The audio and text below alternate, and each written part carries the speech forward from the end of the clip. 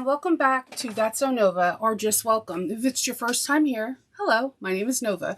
If you're a returning subscriber, thank you for coming back. Today we're going to be doing a bum bag, a fanny pack. It's called so many different things. From an inaliti design, it's called the moon bag. It comes in two sizes, small and large. What you see in front of you right now is a size large. It has a cool front pocket that has card slots.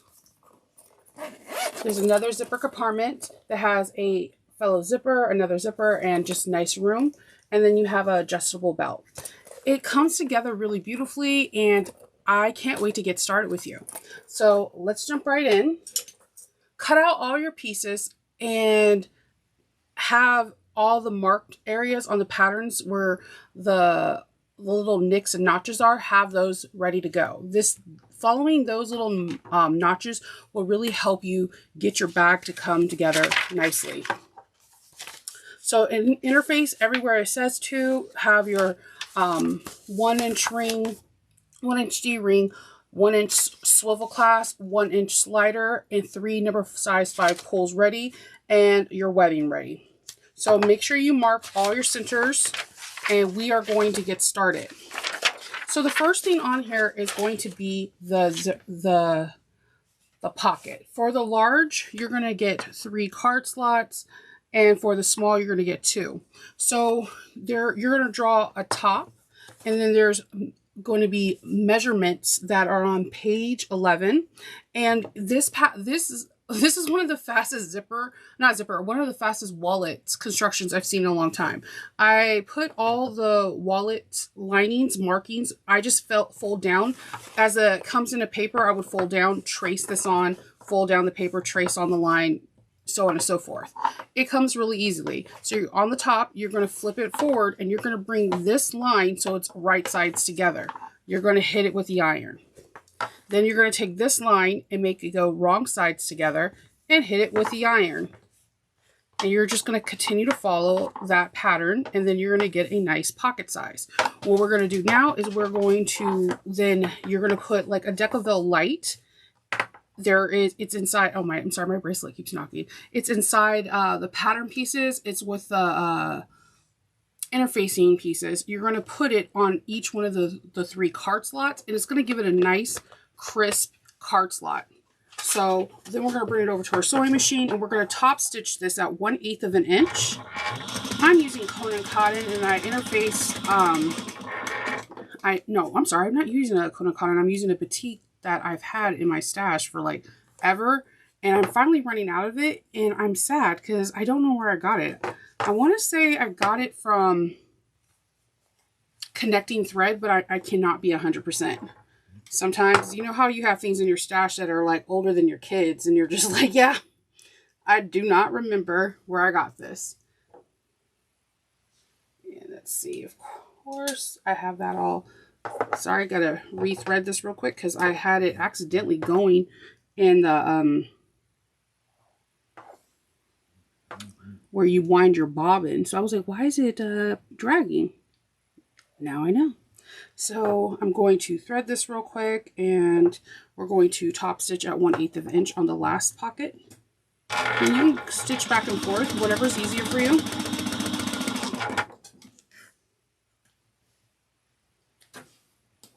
So you have nice 4 slip pockets. Then you're going to grab your side pieces, which are J.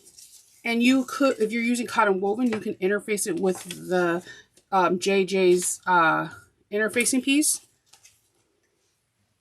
But I'm using waterproof canvas, so for the side, I wanted it to give it a little bit of depth.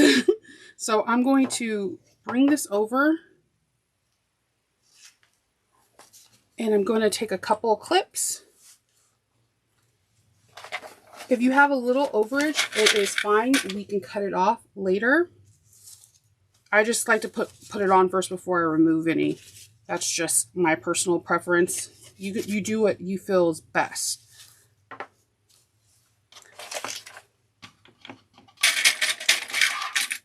And I'm just going to grab a couple of clips. And we are going to be using a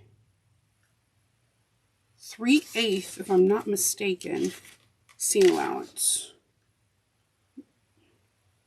Seam allowance of 1/4 of an inch. I apologize. I didn't want to give you the wrong amount, wrong stitch. So we're going to go on page 12, and you're seeing, you're folding it up, you're putting your card slots together. You're going to stitch it down at 1/4 of an inch.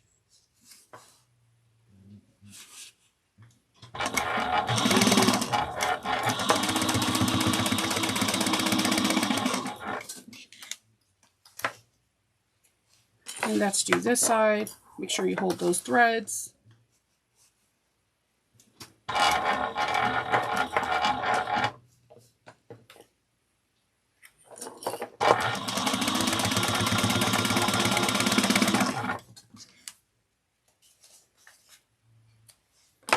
Okay, and then we're going to finger press this open, and we're going to top stitch this down at 1/8 of an inch. If you hear a nice little rumbling upstairs, that's my puppy. He's snoring. He's snoring hard. I'm sorry. Okay, no, I knew I recognized it. Sorry. On page 13, it says to clip the raw edges and do the seam allowance is 3/8 of an inch. I knew I was right, but it's okay. It's just going to be like double reinforced stitch. I just didn't want the pocket to be too big. There are some areas that we're going to be sewing 1/4 of an inch, and that's when we're installing the zippers. So that's just, you know, it's better to be safe than sorry. I'm going to top stitch this one because I already did 3/8 of an inch. And then I'm just going to go back over on this side. I'm just dragging the thread so I don't have to hold them.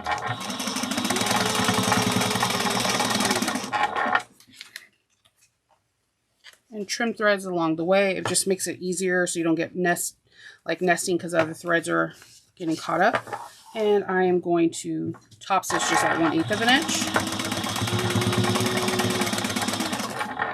And then I'm just going to cut this nice and flush with the card slots that we just had.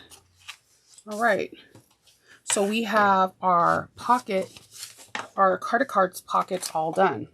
We're going to now grab a 12-inch zipper. So I'm going to measure my zipper tape out. I usually take a ruler and I take a pen and I just mark exactly where it is, because when I eyeball it, I never get it right. So it's better safe than sorry for me. Grabbing a pen, drawing the 12 inches, then I'll cut it.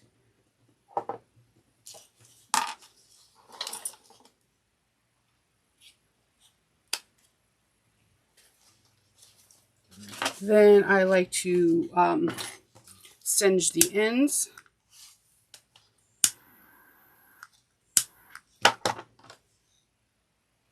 I try to get things as flush as easy, because it becomes a little bit easier to put your zipper pulls on and things like that when things are nice and flush.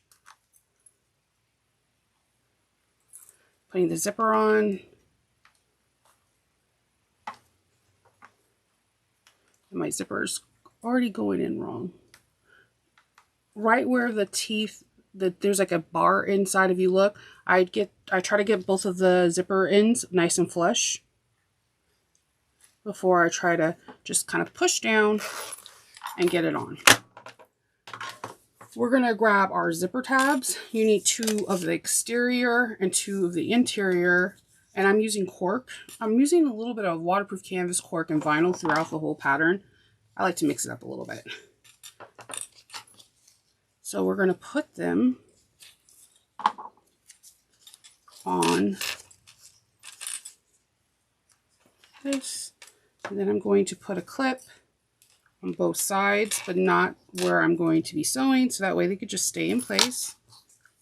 Right sides together on exterior and zipper tape.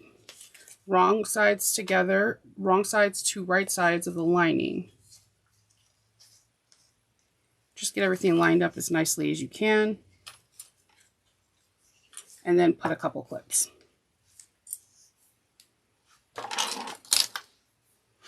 All right, so we are going to sew the seam allowance at 3/8 of an inch.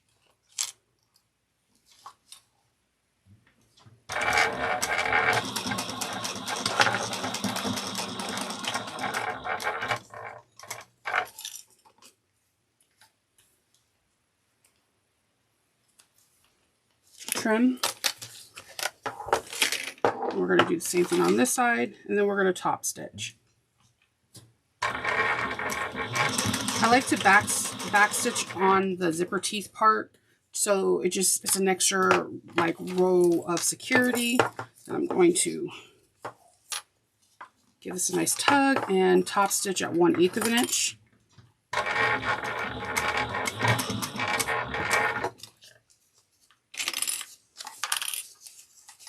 And do the same thing on the other side, making sure everything's nice and taut and nothing's like sunken in. Because as soon as you have a seam allowance that has like a little bit of bulge, it wants to like roll in and sink in on itself. So we have that. We're going to grab front zipper pocket C, the exterior and the interior. And as you can see, I do have my cutouts of like where the beginning and the end is. I'm going to find the middle on my zipper. I'm going to clip it right at the seams that we just created. And then I'm going to go up on the top. And I know that the seam allowance is going to be at least 1/4. So I'm just going to draw in black pen. Yes, you heard me say it. You can do it in chalk, but it can disappear. I'm going to draw a mark. And I'm not going and trying to go past that, what we're going to sew. I just feel like centers are really, really important when you're making bum bags, hip bags, whatever you want to call them, because if it looks a little off center, it's really noticeable. So I'm going to do it on the inside too, because sometimes I forget to do that. And when I start sewing the stuff on the inside, things are not matching up. Okay, so we have everything, and I'm satisfied with that. We're going to find our centers, and you want to make sure your zipper pull is going the orientation you want. I like to have my zipper pull close to the left, so I'm going to have the zipper pull go to the section I want, and then just flip it over. Now I'm going to grab a lot of clips. In this pattern, it does mention about, you know, snipping little snips into zipper tape. I don't do that. I don't know if you've been like, if you're on Facebook, but there's a lot of talk about people like turning out their bags and then the zipper tape just unravels. It could be the snips. I know it's not fun trying to work around and maneuver hard zipper tape. Like this zipper tape is really good quality and it's super stiff. So it's going to be not fun trying to get everything nice and straight, but I am not going to snip into it. It's just not going to happen. I've also seen people use like 1/8 of an inch seam double-sided tape and then stick their tape down like that too. I thought it was pretty cool. Because I use the 1/8 of an inch zipper tape or 1/4, whatever I have handy when I'm doing gusset, so that way I can sew the lining and the exterior at the same time.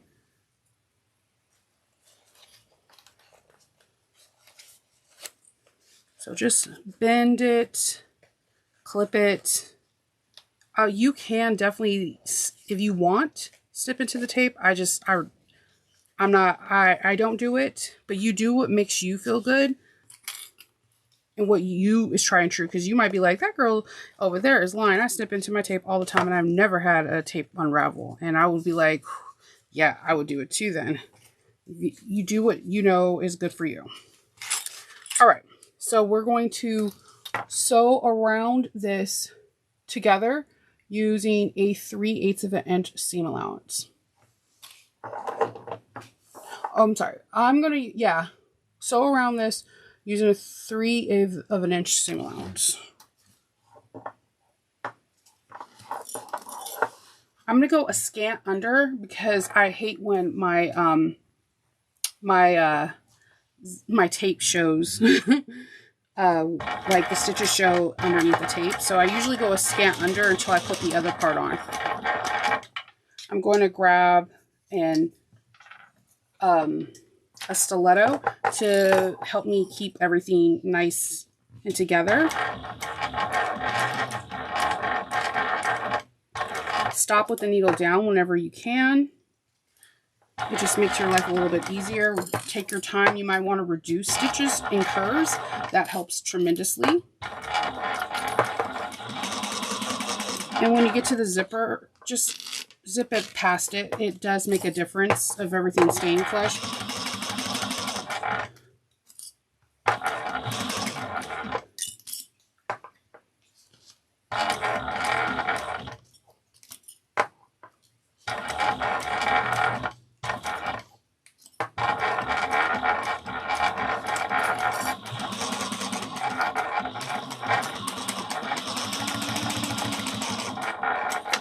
All right.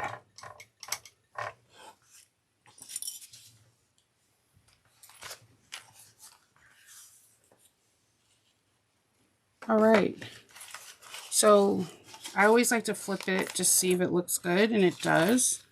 I'm going to place this, my lining piece, over it. I have my mark that I made for my right side so that everything can clip together. And I'm just going to clip around and kind of just press in the zipper tape.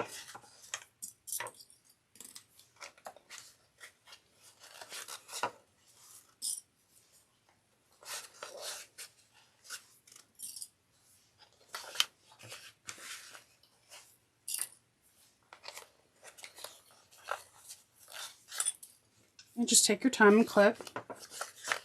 There's no rush. Do it at your own leisure. If it, I like to sometimes take a long time to clip because I feel like clipping and securing things can help with bag making so much and help with frustrations. So again, I'm going to have my stiletto nearby. I'm going to start at 3/8 of an inch, and I'm going to back stitch to secure my stitches. Now I know the zipper is right here. So I'm going to reach in and just kind of, oh, that's not the zipper, I'm sorry, that's the zipper tab. And right when I get to the corners, I'm going to grab my stiletto, and I'm just pressing down on the area that I would normally put my finger, but I don't want my finger to be sewn. So, you know, you do what you got to do.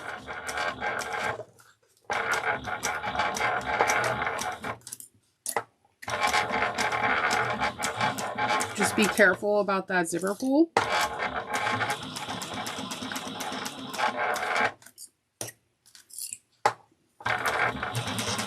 And make sure any pucker you have is above your stitch 9, not below. If it's below, then it's going to pucker in your fabric.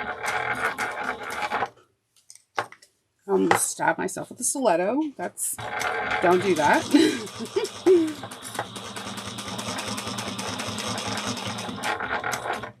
All right, and while I have this, and I'm going to start trimming things, I'm going to remove these little legs so I can have everything flush as nice as possible. Get all this. And then I'm going to, duckbill scissors help tremendous. I'm going to trim my lining. I'm not trimming the tape at all. Do not hit this. I repeat, do not hit the tape. I'm just trimming up the linings to help make a nicer curve. I'm leaving like about 1/4 of an inch.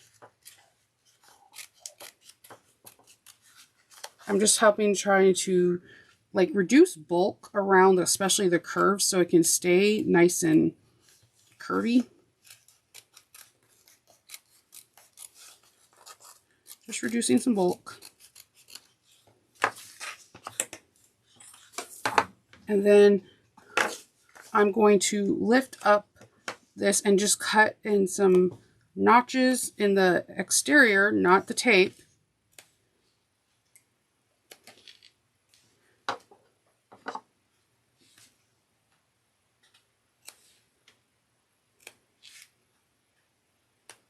And just so that way it can help reduce bulk, and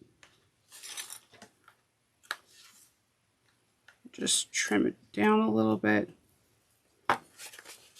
and do the same thing. Just trim it down and create some notches.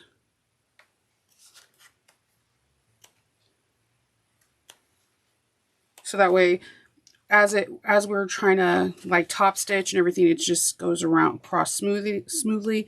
But there's not a whole lot of layers here. It's just about reducing the layers so that way it can go nicely. Okay.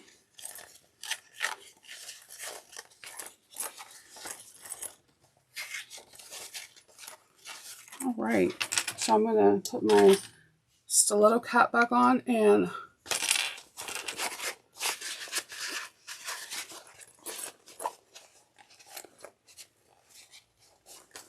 press that out. Okay. And then I'm going to top stitch just at 1/8 of an inch.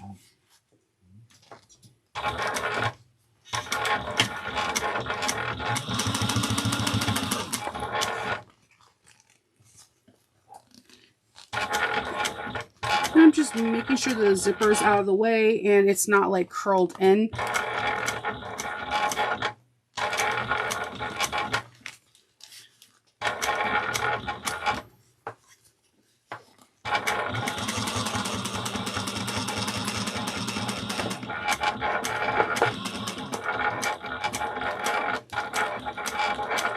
Take your time. Needle down if you have to stop.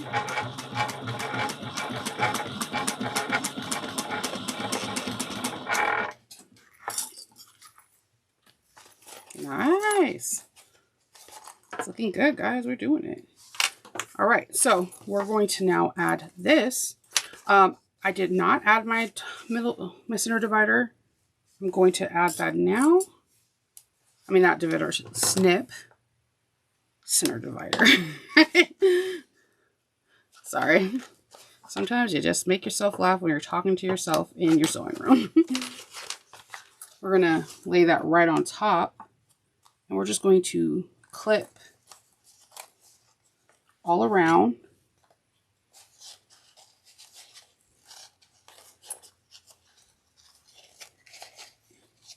Take your time.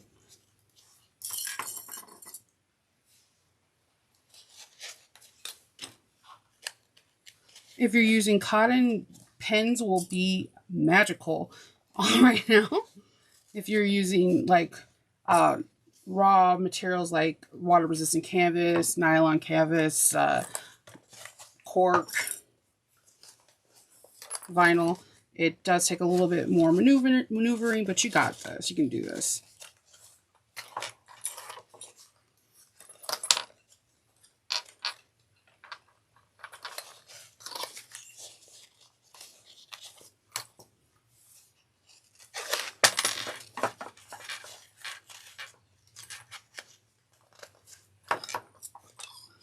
I just like to sometimes put a clip at the bottom so that way everything can be held and I know everything lines up as best as it can.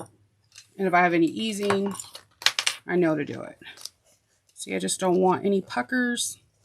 And I'm going to base this on at 1/4 of an inch before we put the other side. And apparently my thread is not acting the nicest today, but we shall persevere and everything will be fine. It happens. All right.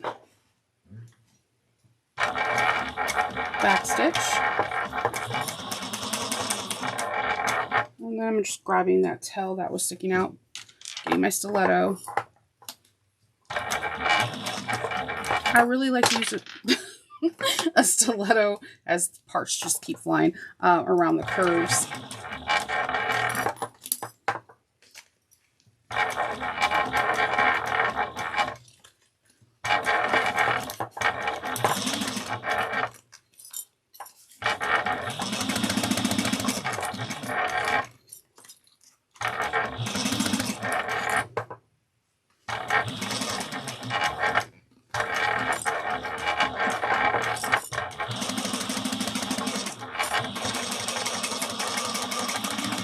Okay, so what you got here is a lot of ends that need to be trimmed. But what you got is when you unzip this, you now have a pocket. Isn't that cute? That's so cute. I love that. So now we're going to do is we're going to hop on over to page 16 and we're going to be adding piece B, and hopefully you interfaced everything. There's again my notches, so they're important, but I'm also going to make a nice mark, a notch for the inside, so to make sure I have the center.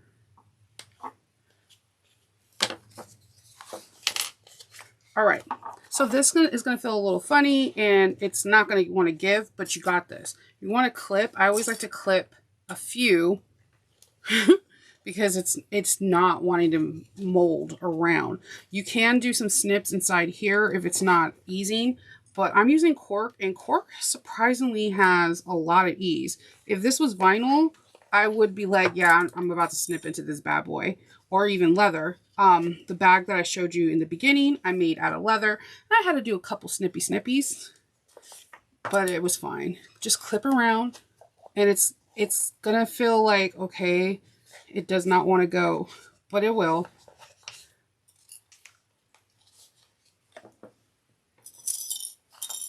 It takes a little maneuvering, but you got this.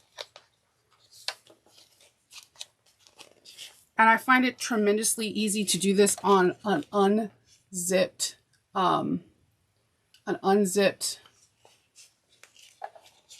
zipped up pocket. Don't do it on an unzipped, because then it's going to open up wider and you're like, yeah, this doesn't definitely fit.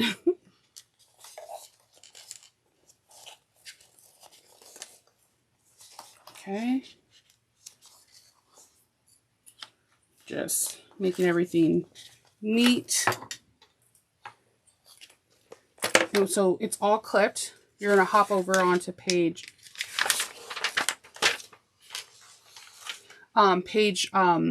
17, and she advises you too, you can do snips into this gusset up to 1/4 of an inch, because we're going to be using a 3/8 of an inch seam allowance to sew it up.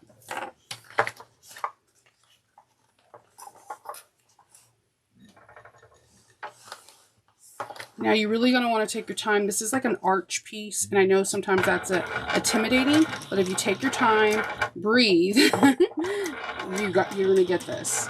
And the great thing about the interfacing on this is that it can kind of be your stitching guide. Take your time.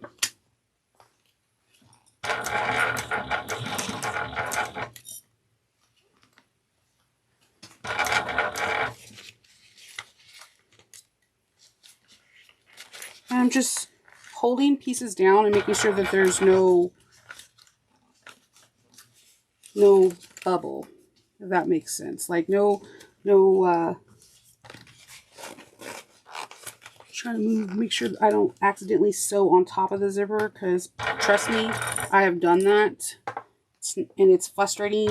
Then we have to get out our friend Simi, the Ripper.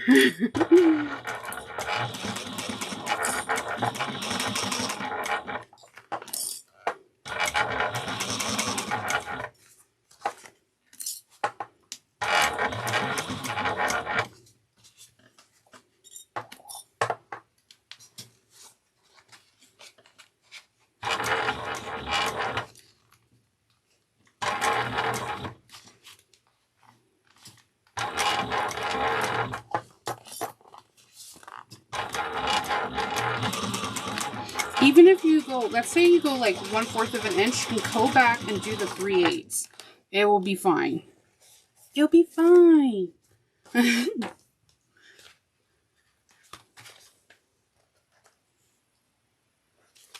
All right, so it looks really good. There's no ripples. So we're going to now top stitch this. You're going to put your seams out, and we're going to top stitch this at 1/8 of an inch.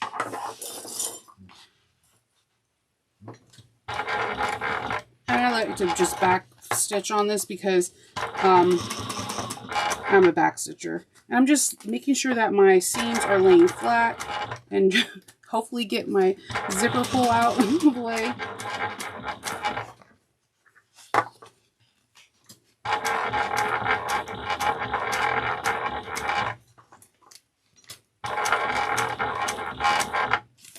And take your time.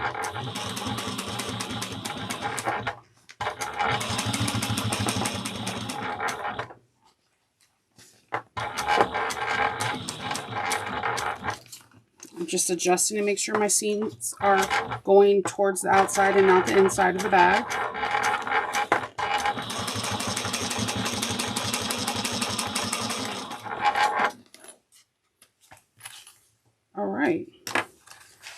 All right, so we have this really cool piece. So as you can see, we have our notches right here that are there.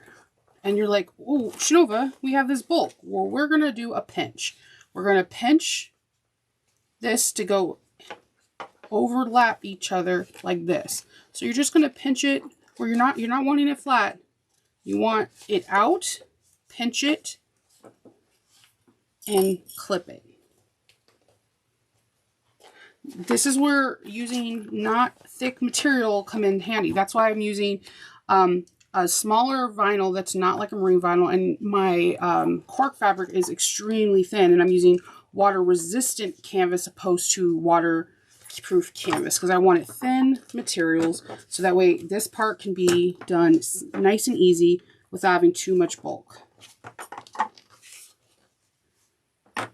Pinch and clip. I'm thinking that's what like some surgeons say now in my head. All right, so we're gonna base this down. I'm gonna just do it out 1/4 of an inch.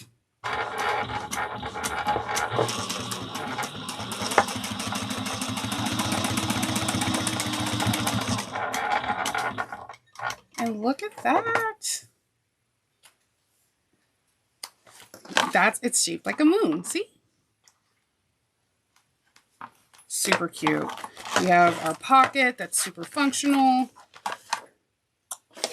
And we're about to start doing some other construction. So we're going to take one lining piece and we're going to match it up to the back because we're binding on this.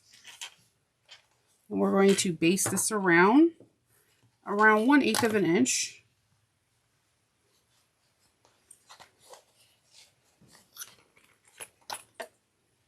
And just put a couple clips. If you do have a little bit of overage, it's fine. It's perfect. This is when you're going to clip it.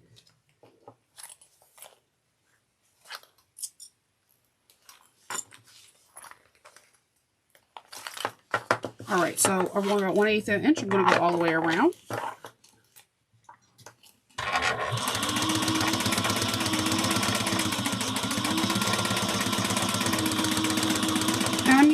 Cotton that has sew cues on there. It's similar to a Shape Flex 101. All right, and I'm going to trim off any extra hangage I'm having, overage, from the lining part, not the exterior.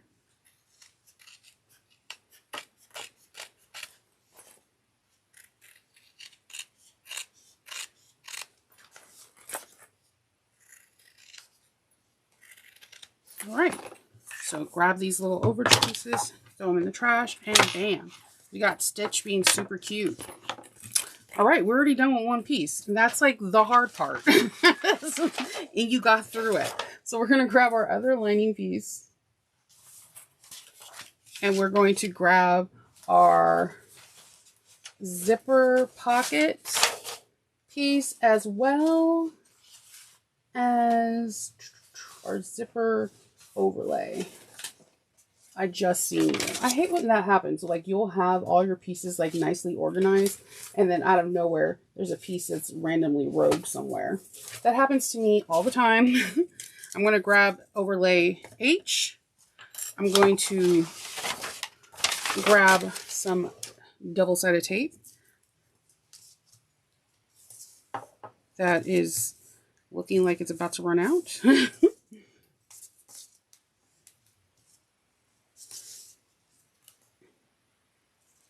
And what I like to do is I took the original piece, and you need to pay attention to the pattern piece because there's certain curves that are different than the top than the bottom.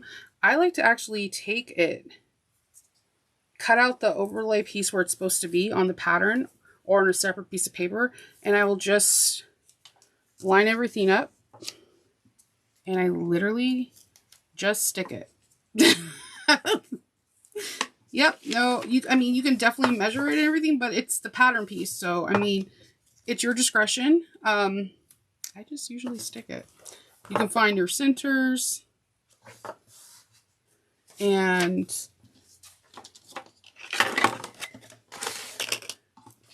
I'm going to go 3/4 of an inch down.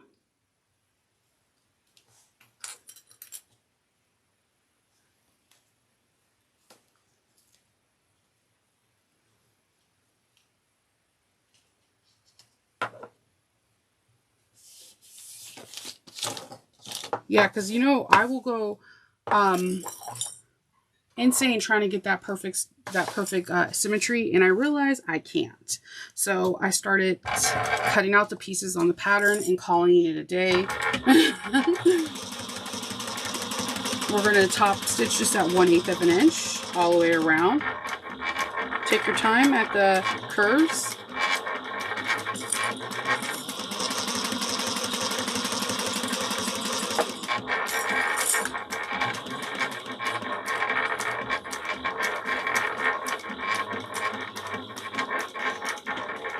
All right.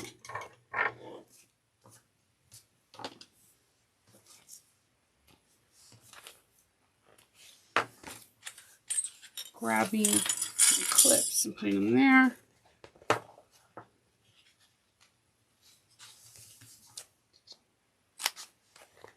I always like to cut from the front first because I've accidentally cut into my zipper overlay and I cried. I'm not gonna lie. Because, like, you already cut in, so that means you have to cut a new overlay and a new lining piece. And it's just, like, I don't like wasting fabric. But I don't know anyone's like, yeah, let's waste all the fabric. You have to be monsters.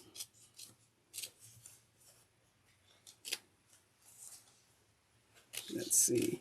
So we're just cutting around. Duckbill scissors, again, are really cool for these. But I think you could do it without it. Just, again, I'm a big believer in tools. Tools can help you get through jobs that you find difficult, you know. We're going to do zipper piece K, which is the zipper pocket K piece for K. If I can talk. I'm going to grab a zipper, and I'm just going to cut it to meet, and I'm going to base this on using 1/4 of an inch or 1/8 of an inch, whatever is easier for you.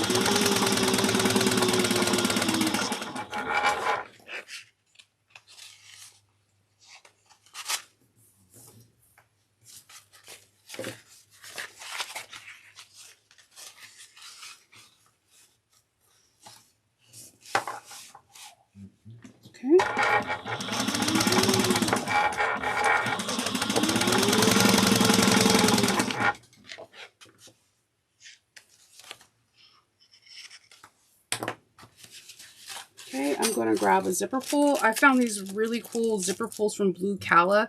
They're in Canada, and I've always wanted to find like pineapple ones, right? Because they all don't look cute, but look how cute that looks with this. I'm just like excited about it. Whoever gets this bag is a lucky person. And you should feel like that way about all your bags. You're putting all this time and effort into it. Whoever gets your bag is a lucky, lucky person. They get a custom one-of-a-kind piece and not a store knockoff. And they get it from someone that is working hard and cares about meticulously about the fabrics, the hardware, the everything, the glue, the double-sided tape they use. Which I think this one is out. It just ran out on me. Luckily, I keep stock of 1/4 of an inch.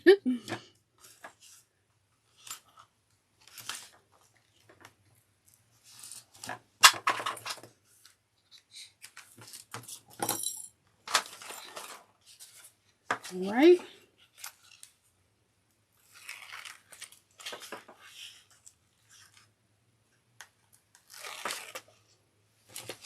And we're just going to place this on. I try to do the center first, like the teeth,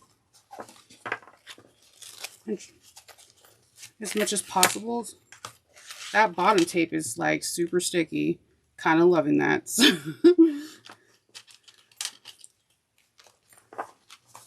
It's weird. You get frustrated when it's super sticky when you don't want it, but then when you do need it and it's not, you're like, what? All right, so as you can see, double-sided tape has it. We're going to take the pocket and have it going towards the outside of the bag, not the inside. And we're only going to top the bottom. We're going to top the bottom. We're going to stitch the bottom at 1/8 of an inch. And I backstitch beginning and end. These areas get a lot of like pulling because people are opening and closing their pockets with their, you know, candy. If you're new to my channel, I'm obsessed with candy, so that's what I think pockets are for. If you're not, then you already know what's up. Then or their cell phone or what have you in here. So I like back stitching. If you back stitch 1 or 2 stitches, it looks seamlessly to me as it is. And I like to go 1 stitch off. So that way I have a starting point of where I'm supposed to do the next set of stitches up here. We're bringing the pocket to the inside and we're starting from the one bottom, and I'm back stitching. And I always back stitch over the zipper for good measure. I don't know about you, but I've had zippers come off the track, and yeah, that's the worst.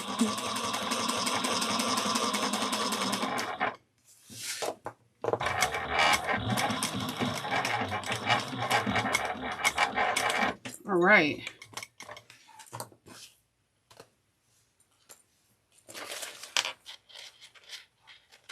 So now we're going to close up this pocket. We're going to pull this back, and I'm going to sew it down. I try to get as close as I can to the pocket. One, it relieves bulk, and also it's really awkward to have a pocket where you're reaching in and you have to go onto the side of the bag. So I'd rather have it where you reach in and you're not like, oh my God, there's a door to Narnia in here. Like, I feel like that's what I would say, or I have said.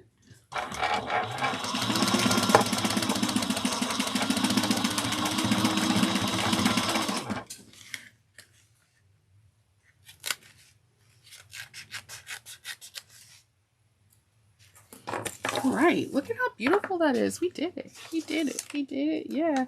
My kids really like Dora, and sometimes I still sing her themes, and it's really like, I have a 17-year-old now, and she's like, yeah, Mom, it's not cool. And I'm like, well, you shouldn't have watched it when you were a kid, and it wouldn't be in my mind. And even when I make backpacks, I sing backpack, backpack. I sure do. I surely do. We're going to grab the exterior of this that has a little bit of Decoville light in the center, and we're going to put them together. Again, be cognizant, the top and the bottom have different circular shapes, so make sure that you have it going the right direction so everything fits. Easy peasy lemon squeezy. I also watch Mickey Mouse Club a lot.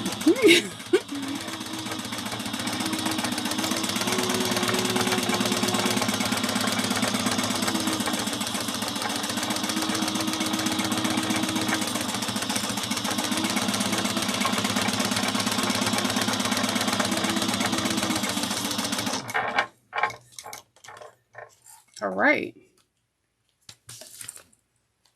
And I'm just going to cut off any lining overage like I did on the other one. And it's important to do that. Because one, I have all my markings on my exterior where the gussets are supposed to go. And if I don't trim, that could become part of a seam allowance that was never supposed to be. You can make it look a little bit wonky. All right, so we have this part done, and now we're going to get out our yard, which is 36 inches of,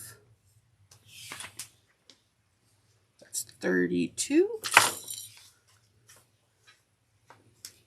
36. And we're going to create a slider. I'm going to take this as seatbelt webbing, so I'm going to singe the heck out of it. Yeah, the heck out of it. So it doesn't fray. Somebody asked me in another group, you have to almost burn this so that way you could feel the difference in texture so that it doesn't unravel. If you don't singe it enough, it will unravel. I have seen people be like, why did this come out of my backpack? Because polyester, these seatbelt webbings, love to unravel. They're better to sew on domestics because they're thinner, but you just need to learn. Like, I highly suggest you to watch shows that are like on YouTube that are about people making dog collars. They use a lot of this stuff, and you will see them use soldering soldering tools to really melt so that it does not unravel at all. So like even when I punch a hole in it, I will take my little flamethrower and go like through the hole to like solder and singe the whole entire hole so it does not unravel. So just some food for thought. Let's see. So we're going to now grab our slider, and we're going to take our slider and feed the webbing through up and over the tool. Then we're going to fold this onto itself, and we are going to sew down a little box. I actually prefer people sewing on these than rivets. I've seen some unfortunate things. And you can make a box. I like to kind of make an X, and hear me out. See, right when I get here, I'm going to back stitch all the way off. I'm just trying not to hit my hardware. So I learned little tricks to help me not knock my machine off timing.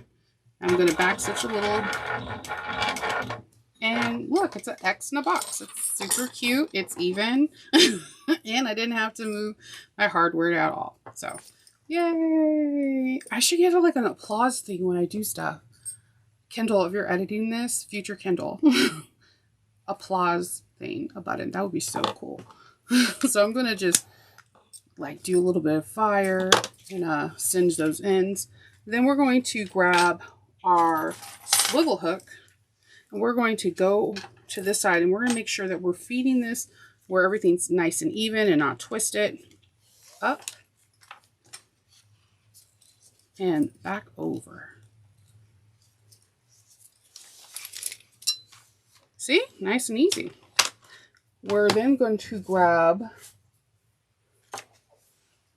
our seatbelt webbing, and we're going to cut for our D-ring.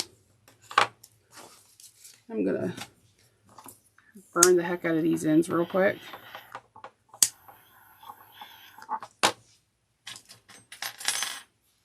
And I'm going to put that right there, clip it, and then we're going to grab piece F. I'm using cork. I still did sew fuse on all four of these, because I want it to be as reinforced as possible, because sometimes cork stretches. So we want to be diligent in our efforts. So what we're going to do is we're going to get the pieces that are mirrored, and I'm going to put one in the center for the D-ring. I'm going to leave like a ½ inch tail off the end, and not cut that tail either. Center it, and I'm going to just baste it in. But I don't really think of it as a base, because I'm not going to cut into those stitches. It's just I call it an extra reinforcement. And we're going to do the same thing on this side.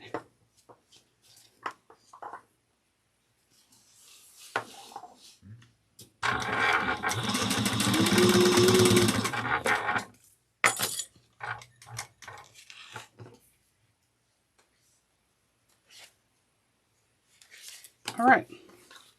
So then we're going to go 3/8 of an inch across, down, and across again. So I'm going to have these stay as straight as I possibly can. And I usually clip from the top of it. Let's go down, and we're doing 3/8 of an inch. I back stitch real well, like 4 or 5 stitches at the beginning and end of each. And when I'm pivoting, I'm going to take my time. I'm going to just do a couple stitches back. And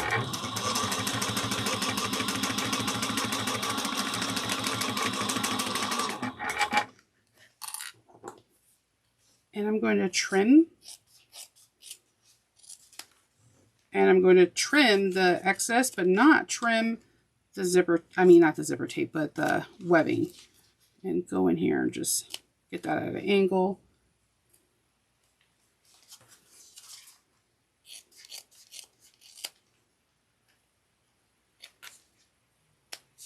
All right. And if you use interfacing and it's kind of a tight squeeze, you always can hit it with the blow dryer or take it over to your iron and just give it a little bit of steam.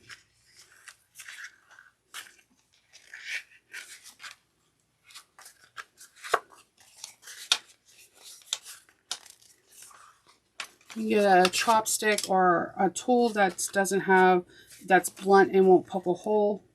Just press those out. And then we're going to top stitch.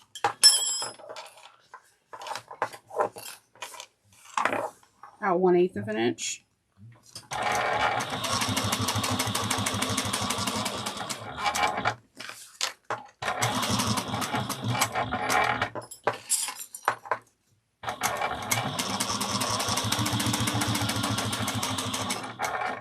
All right. Trimming. We have one side done. Let's do this other one.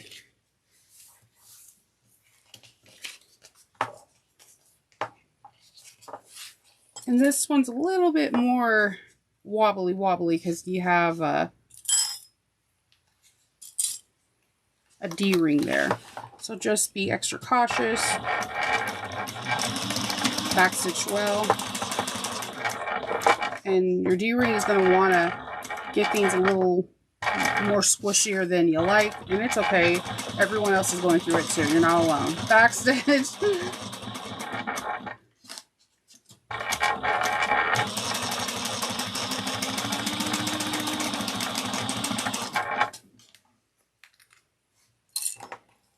Okay, trim this down to about 1/8 of an inch. And if you want to, you could trim it all down first. And then kind of go at a angle for these over here so you can get clean, crisp angles. And then I'm just going to trim around this, get a better angle. So that way I don't have any fraying action. I still have an anchor.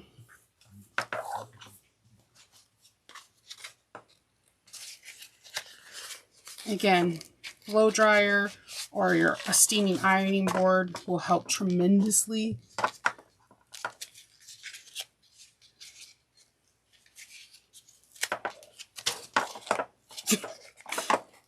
Almost socking yourself helps tremendously. I mean, these are all the things.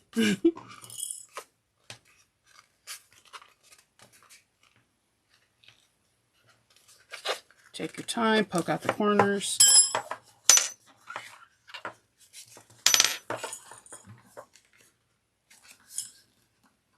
And top stitch.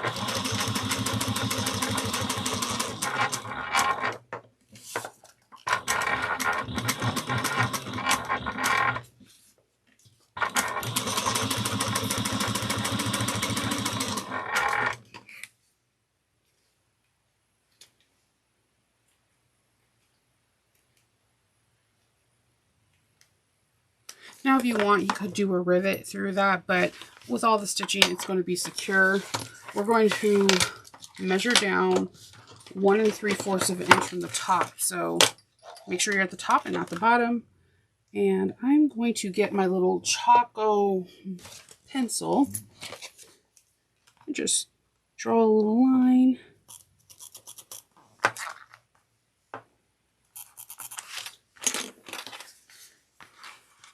So you want it sitting where the part that goes down is this. So we're going to sew that on at 1/8 of an inch flush.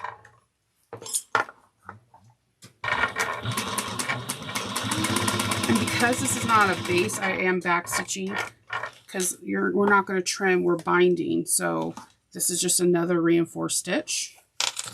And we're going to do the same thing. Have it go down from that white chalk mark that we just made.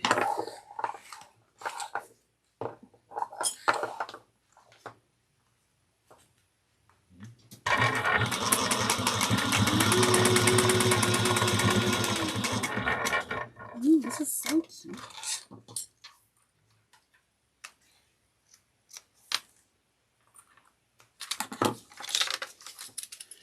The reason why I'm doing several different materials is that I see a lot of people say, well, my machine is domestic and it can't do this. It can. You can mix and match different materials to achieve the look that you want. Cork fabric is extremely, extremely domestic friendly. And on top of that, it's eco-friendly, and you can get a really luxurious look from it, and it's just beautiful. And how they harvest the cork is amazing. So we have the back. Now we're going to start getting on to making the gusset. And I'm going to get my double-sided tape, my zipper. We're going to need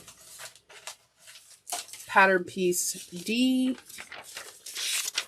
for the gusset, and I'm listening to my dogs snore. E2 for the gusset top. I'm going to put this aside with the other piece for right now. We're going to go hop onto page 26, and we're going to need a 12-inch zipper.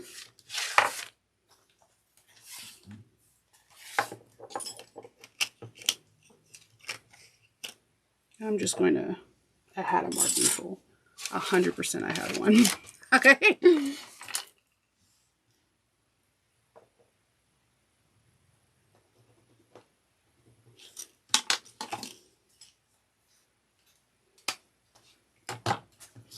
Okay, we're gonna have our 12-inch zipper, and we're gonna start getting this started. So what I like to do is I like to take the lining pieces, and I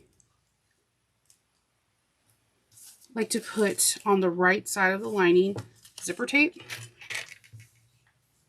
Not zipper tape, oh my gosh, double-sided tape. Normally I like to use 1/8 of an inch, but I don't see it, so I'm going with what I got in front of me.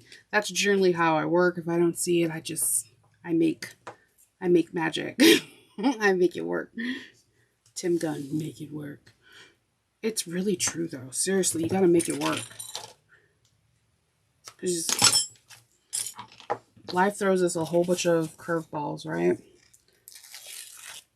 So instead of basing this down at 1/8 of an inch, I'm going to lay this down right sides up of the zipper tape, wrong sides onto the right side of the lining. Then I can take this and I can sew this over at 1/4 of an inch seam allowance, back stitch at the beginning and end.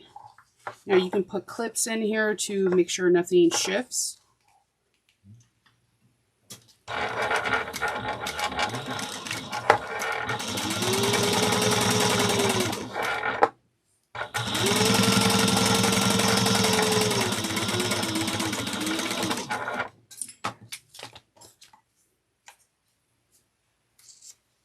Okay, and we're going to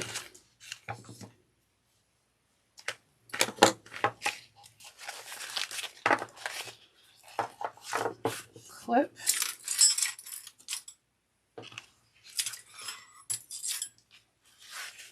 this. I like to clip it So that way, because the seam wants to roll over on itself, because that's what seams do. So I'm going to first top stitch this at 1/8 of an inch.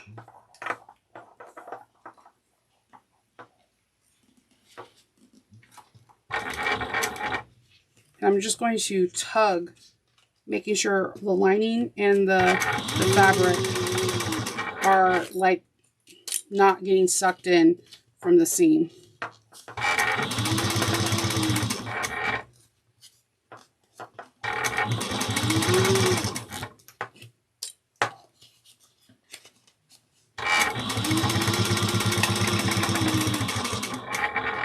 And then I'm just going to go 1/8 of an inch.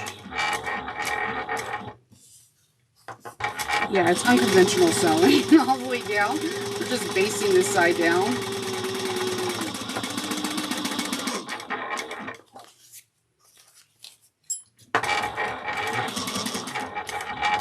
And not going over that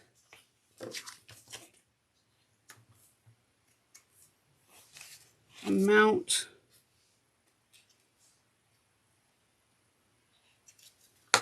All right. We're going to do the same thing on the other side. I like this nylon waterproof canvas. However, I feel like when it frays, I'm like, oh no, it's going to come apart. It's going to come apart. But the color and the weight is exactly what I like.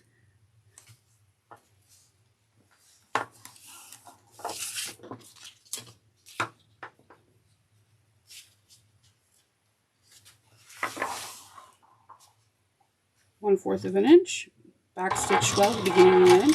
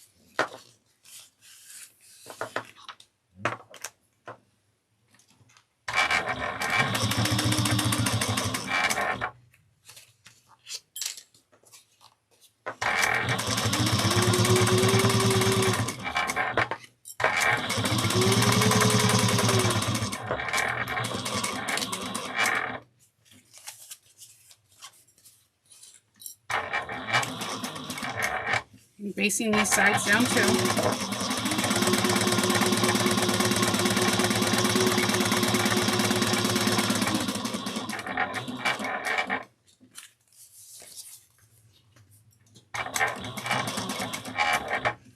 Okay.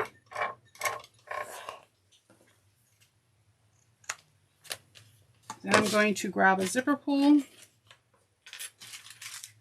another pineapple, because hello, they're cute.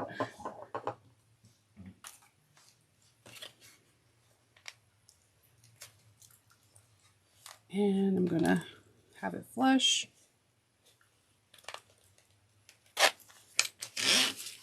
Have it those threads. Then we're going to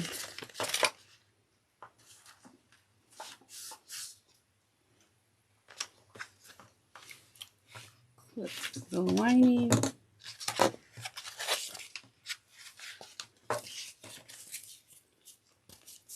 If your lining is a little bit bigger than your gusset, you can trim it up.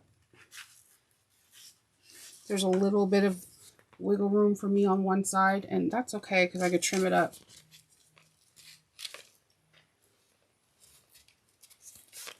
So we have this, and we're going to place right sides together to lining and right sides together to exterior. And we're going to sew at 3/8 of an inch.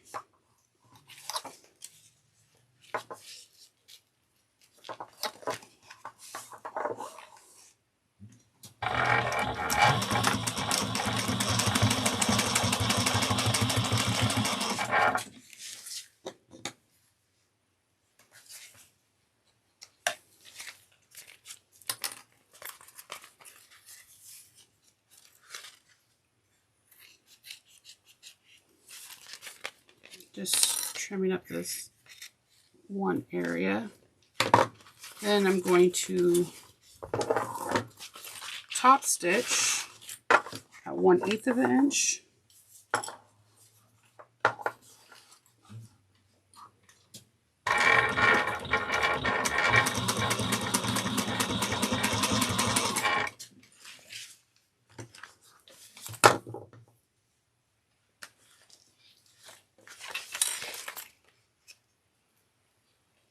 Okay.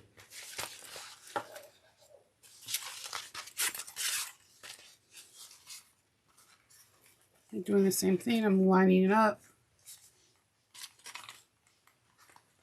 Do you see how like the fray kind of reminds me of a seatbelt webbing? Like if it was like the thinnest seatbelt webbing on the planet, that's the same kind of fray.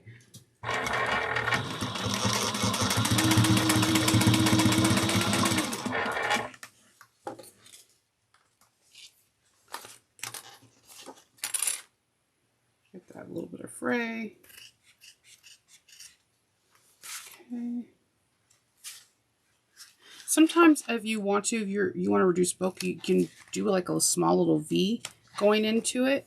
And it'll help reduce bulk at that seam too. Just something I sometimes do. Anything to help reduce bulk, right?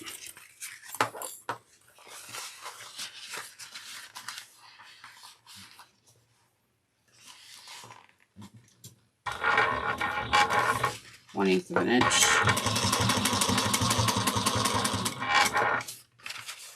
All right.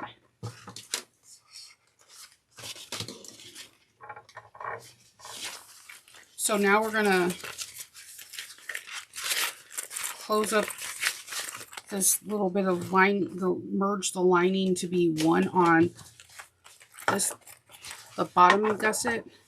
So I'm just gonna baste them together at 1/8 of an inch.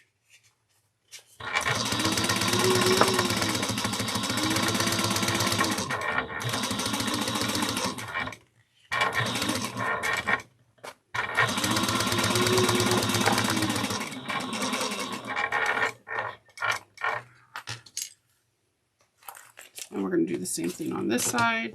And it just helps keep all the pieces together as one. I know it's really, sometimes you just want to just like, no, I got it. I don't need to baste it down. But it does make a difference in the end. Like you won't have an extra piece poking out that didn't get caught up in the seam allowance, the whole 9 yards.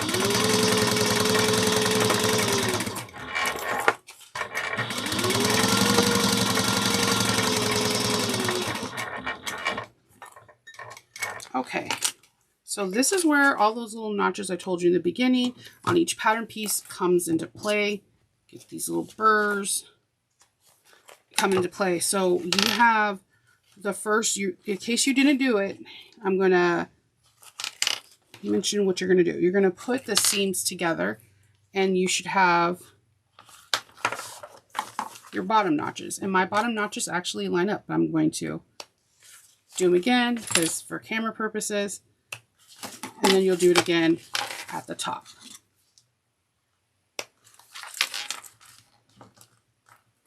But it was really nice to see someone have it on a pattern piece where you don't have to worry about it as long as you did all the seam allowances right. It's just super free. Okay, so then we would take the top notches and meet it to the bottom notches.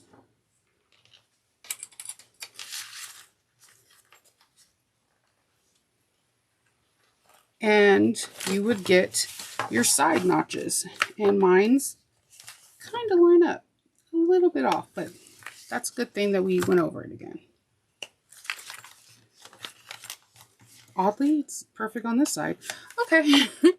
So I must have been off a little bit on some math. So we have all that.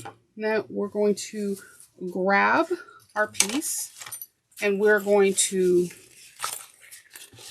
baste this together. So I'm going to put my top notches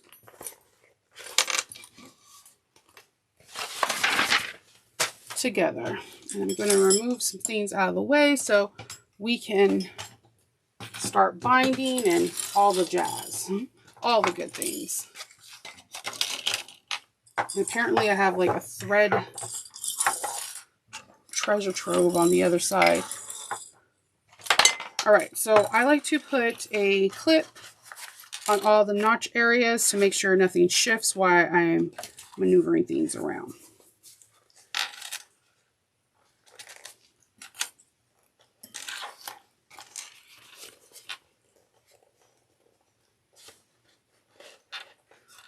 Finding my notches that I had on my bags. And then we're just going to clip until like the area doesn't look like it wants to clip anymore. And then we're going to make small notches in there so that way we can fit this bag perfect. And trust when I say you're definitely going to do it. So we're going to take it and just do like no more than 1/4 of an inch, about a 1/2 inch apart, just little notches. The sharper the scissors, the faster it'll go for you. Do not go over 3/8 of an inch or it could look weird in your bag. You don't want it to look weird. And so once you notch things, everything kind of wants to, the bulk wants to spread out. And then you clip it. Isn't that cool how that does that?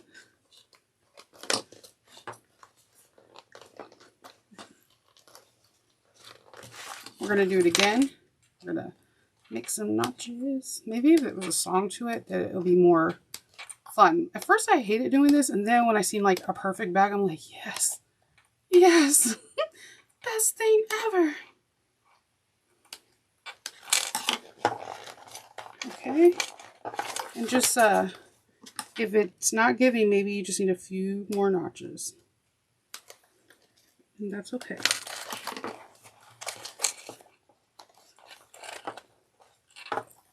Oops, I accidentally moved. That's why I like to put 2 clips like you said, Shinova, and you didn't do. So nothing moves. I'm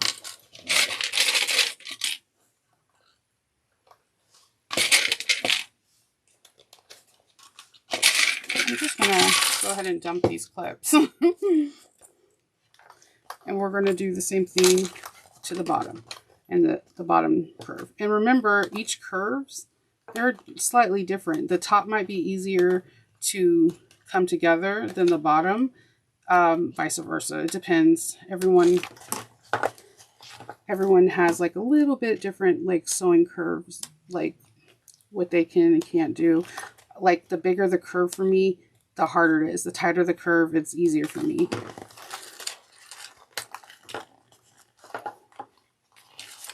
We're just going to clip it.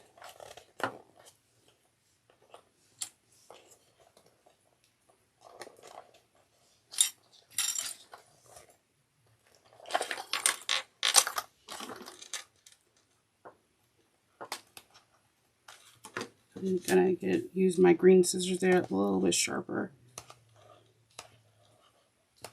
My dog is just snoring away up the stairs. Loki is in heavy RMs. I'm kind of jealous of him right now.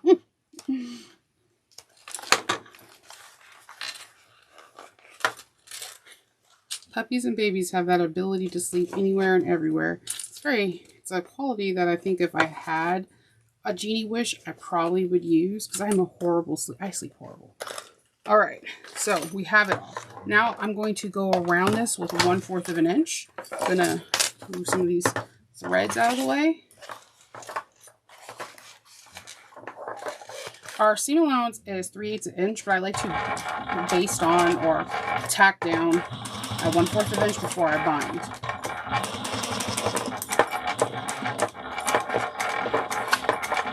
Now, you could, I know some people are like, oh, staple. You could definitely staple it. This is a very fun bag that can be easily stapled, and it can make your life a whole lot more easier. You're not struggling like I am right now. But I don't like removing staples, so that's why I don't staple. And also, I am notoriously clumsy, so I would have a staple in my feed dogs maybe, or ricochet and hit my hand. It's one of those things.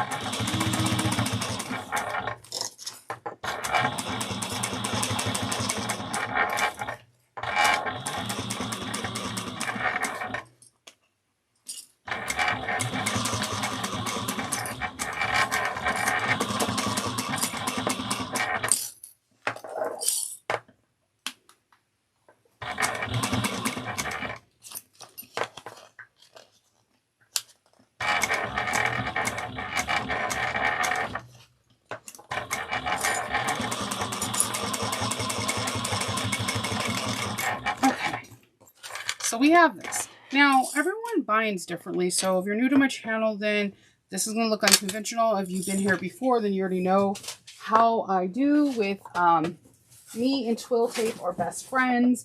I use it to bind, and I use double-sided tape. It is one of my favorites. I don't want to say secrets, but because I'm very vocal about it. It's just one of my favorite methods to use. It just makes my life a lot easier. So what I do is I take twill tape and I roughly measure how much I'm going to need.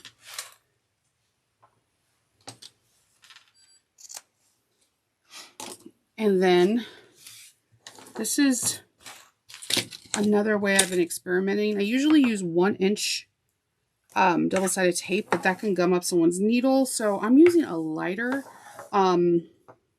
like a tearaway tape, not the hyper stick from Wawa, but the lighter one, and I'm using a 1/2 inch.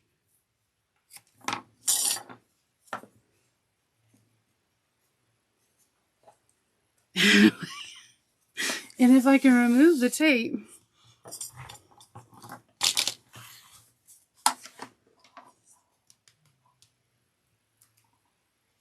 all right, so this is the top of the bag. I like to always start my binding at the top, and I'm going to put the whole 1/2 inch on one side. I mean, right above the top. And I'm just going to guide it. Twill tape is very resilient. We use it in a lot of corset making and hat making, a lot of stuff, and it's a very interesting material. It's very stiff. It can give the bag definitely have bones, but it curves pretty nicely.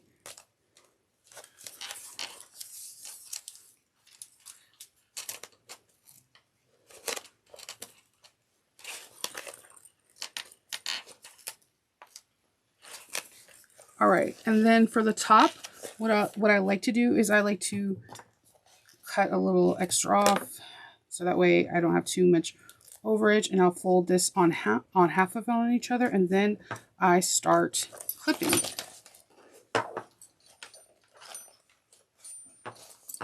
Now, normally I would do the whole 1-inch tape, but I've noticed that if I use the 1/2 inch, I have a better gauge on measuring, and it just works a little bit easier for me.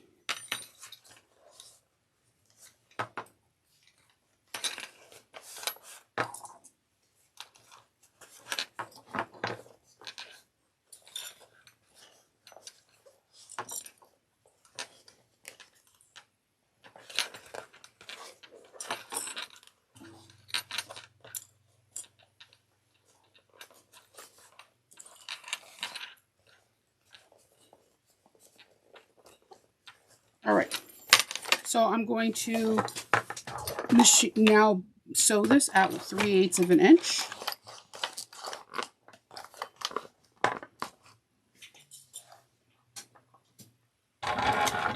And I'm going to back stitch a couple and use a stiletto in lieu of my finger.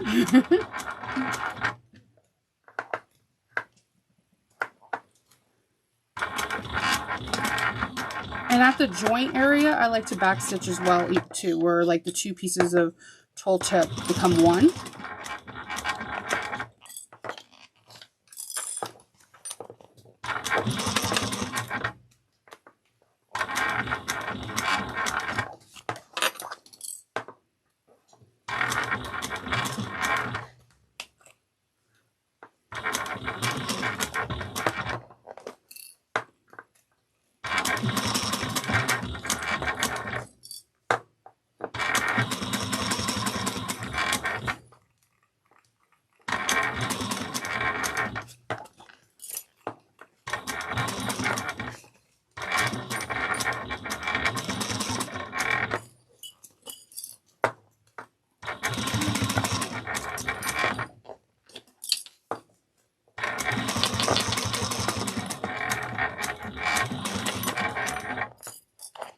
I probably would have used cotton binding, but I didn't have enough of this Lilo and Stitch. I didn't even have a fat quarter, because you can get a lot out of a fat quarter, but yeah, no, I didn't.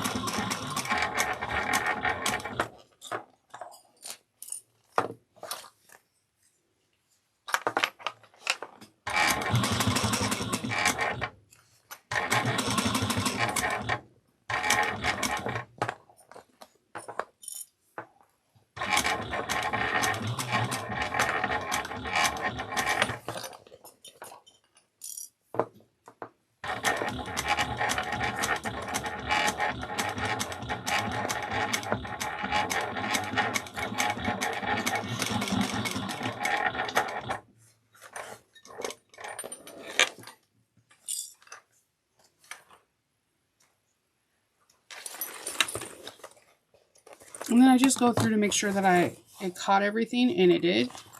First time for everything. No, it usually catches. So now I'm going to grab the front piece and just make sure everything is orientated the correct way, that you have the front going to the top and it's not topsy-turvy. This is where directional prints can actually help tremendously. When you have non-directional prints like mine, then you're like triple checking everything like 100 times.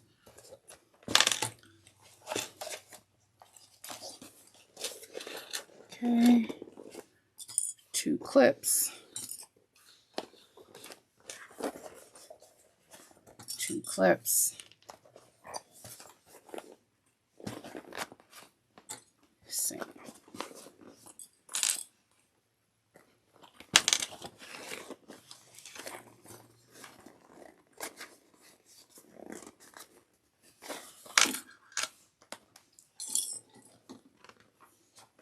If you want, you can also take it off, take the bag apart and just snip around the gusset from like an inch away or however you feel away, and then just put it on together all at once.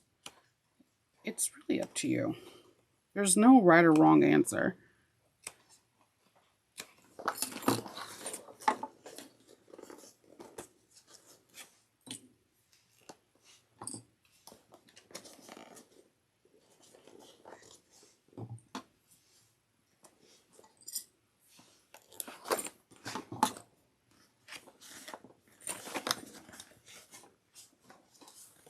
This is a very awkward angle. I just want to say that out loud. I'm sorry in advance.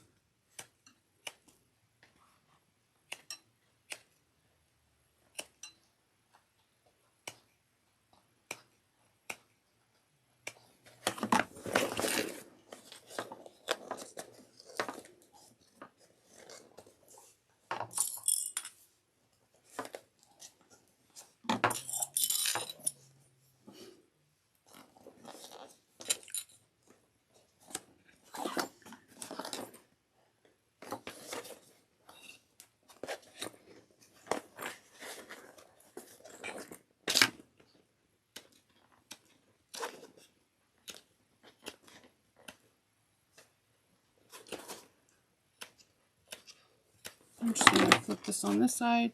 Do this thing. See how this is fraying? I don't like that. But it's all going to be enclosed real quick with some binding. But yeah, the fraying on this waterproof nylon canvas is, oof, not a fan. Not a fan of fraying. Beautiful color, but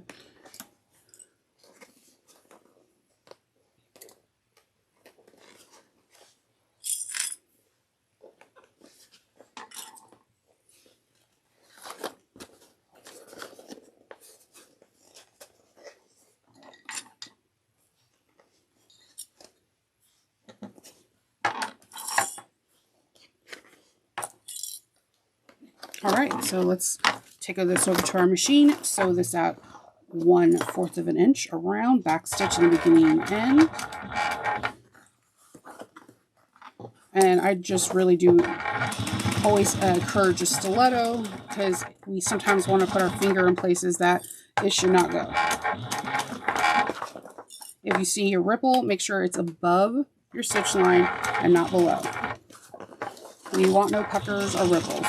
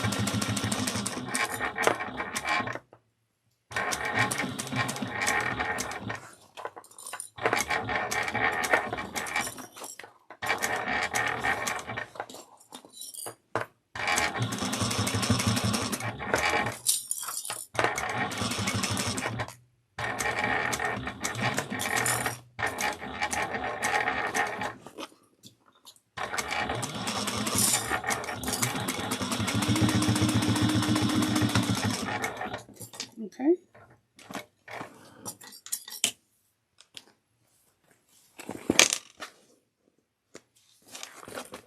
Nice. And we're going to bind with some twill tape. You can get twill tape anywhere. Amazon, they have many colors. You can get it on Etsy. Normally where you see like bra making supplies and corset making stuff, you will see twill tape. And usually the twill tape in those stores are really, really good. So 1/2 inch double-sided tape. That's not super sticky, so it doesn't gum up your needles. I've also been experiencing with using fabric tack, gluing it, placing it, clipping it, and like walking away for 15 minutes, and it holds. It's not like instant gratification, but that's something else to think about. Experiment. It's fun. Because you might find out the next sewing thing in revolution. So again, I like to put the join at the very top.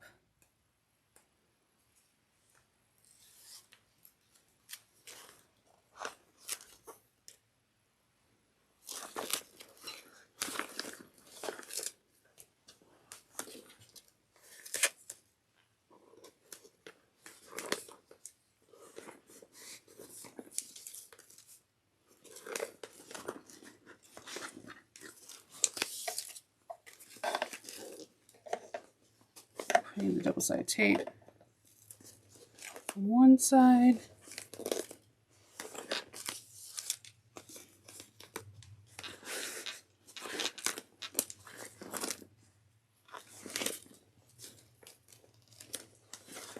I pull nice and taut around the corners. You got to remember, twill tape in corsets is called stay tape, and it goes across the boning of a corset. So if this is your corset and this is your bust cup and that's where your waist is, the stay tape goes in the middle to hold all the bones in place, and so there it keeps its shape.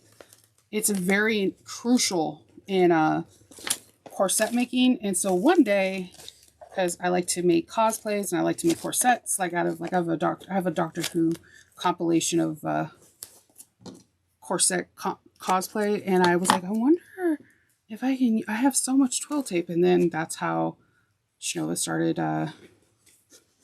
in third person too. How I started to use twill tape. And then we're going to go around and clip this. And I must say, I do like the stability of twill tape as well. If an area looks like it's not even, just readjust your double-sided tape. You'll be fine. And again, if you don't get it all in one fell swoop, I've done that so many times I can't even count. I count more the victories than the defeats. You just go around it again. Nobody will know. Nobody will know. It's such a small bag. No one's going to know.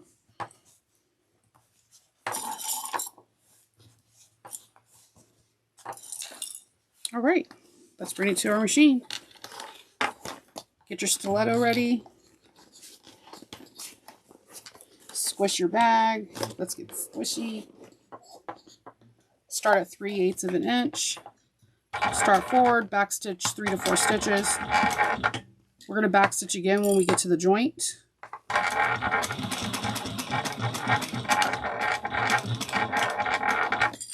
Remove clips and let's go.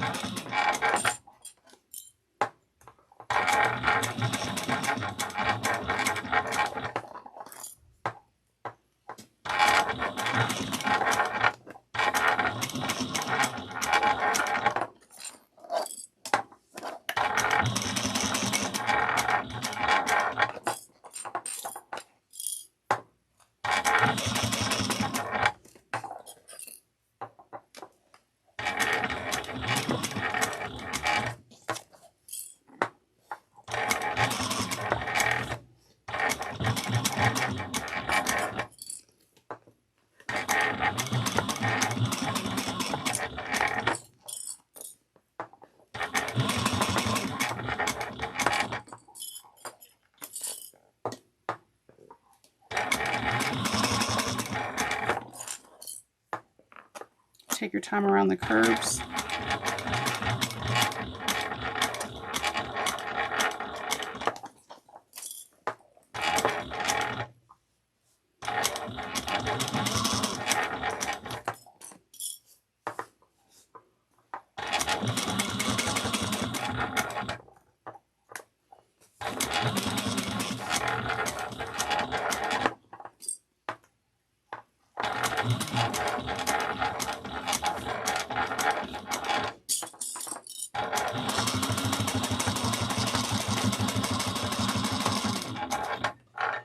Okay, let's trim those threads. Check it to see if there's any spots I need to go over one more time. And it does. It looks like I need to go over from this side just to here. Not a problem.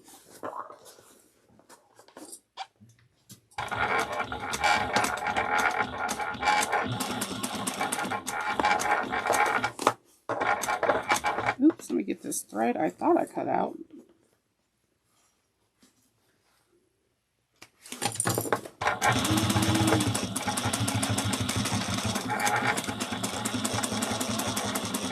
And we're there. All right.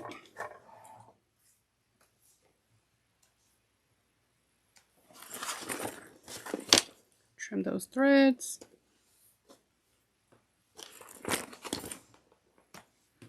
All right, we're gonna open this up and we're going to do a baby birth. Not quite a real birthing, but just turning the bags right side out.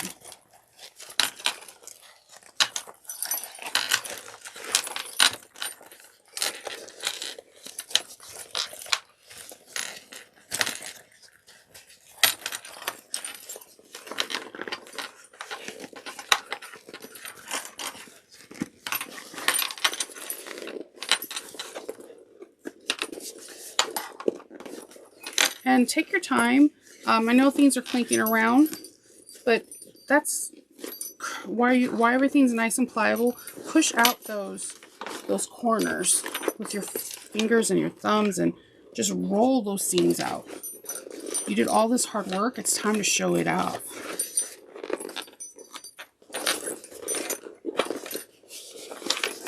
Pushing out the binding, pushing in the binding so that it doesn't collapse. And I'm just, you see me rolling the seams. Oops, almost like myself again. This bag is almost 2 for 2.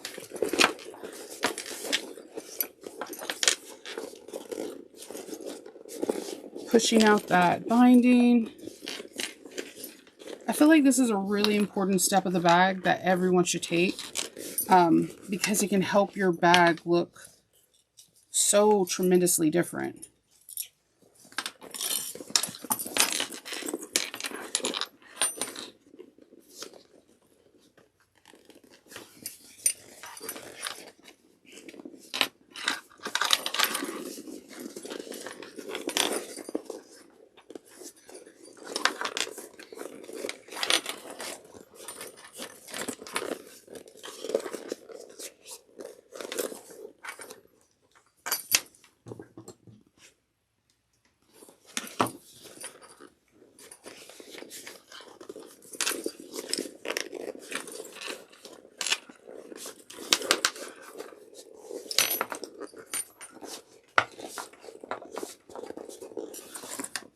how cute this is.